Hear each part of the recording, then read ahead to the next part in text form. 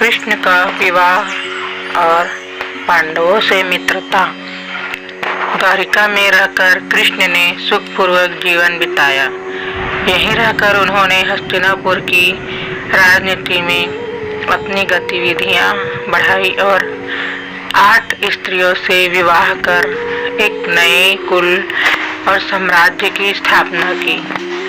द्वारिका वैकुंठ के समान ही कृष्ण की 8 पत्नियां थी। रुक्मणी, सत्यभामा, जामवंती, मित्रवंदा, सत्या, लक्ष्मणा, भाद्रा और कालिंदी। इनमें से इनका कई पुत्र और पुत्रियों की प्राप्ति हुई।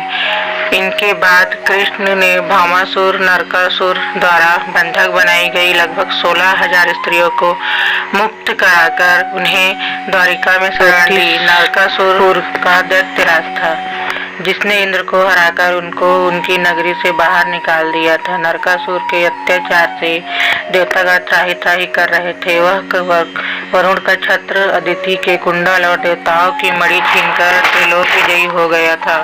वह पृथ्वी की हजारों सुंदर कन्याओं का अपहरण कर उनको बंदी बनाकर उनका शोषण करता था।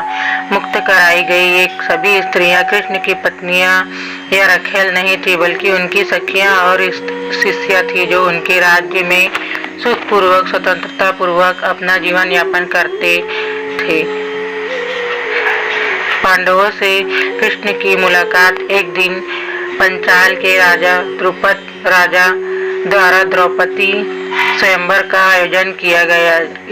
उस काल में पांडव के वनवास के 2 साल में से अज्ञातवास का 1 साल बीत चुका था।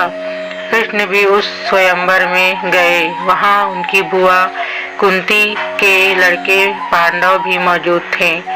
वहीं से पांडवों के साथ कृष्ण की घनिष्ठता का आरंभ हुआ।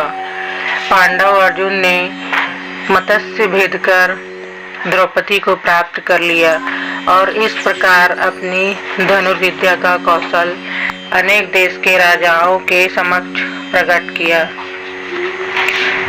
अर्जुन की इस कौशलता से श्री कृष्ण बहुत प्रसन्न हुए। वहीं उन्होंने पांडवों से मित्रता बढ़ाई और वनवास की समाप्ति के बाद पांडवों के साथ हस्तिनापुर पहुंचे। कुरुराज धृतराष्ट्र ने पांडवों को इंद्रप्रस्थ के आसपास का प्रदेश दे रखा था। पांडवों ने कृष्ण के द्वारा निर्माण संबंधी अनुभव का लाभ उठाया। उनकी सहायता से उन्होंने भी जंगल के एक भाग को साफ कराकर इंद्रप्रस्थ नगर को अच्छे और सुंदर ढंग से बसाया। इसके बाद कृष्ण द्वारका लौट गए।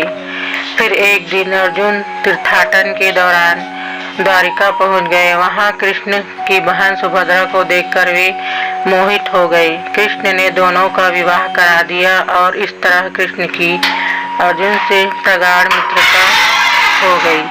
दोस्तों, यह कहानी अच्छी लगी हो तो लाइक एंड सब्सक्राइब करें।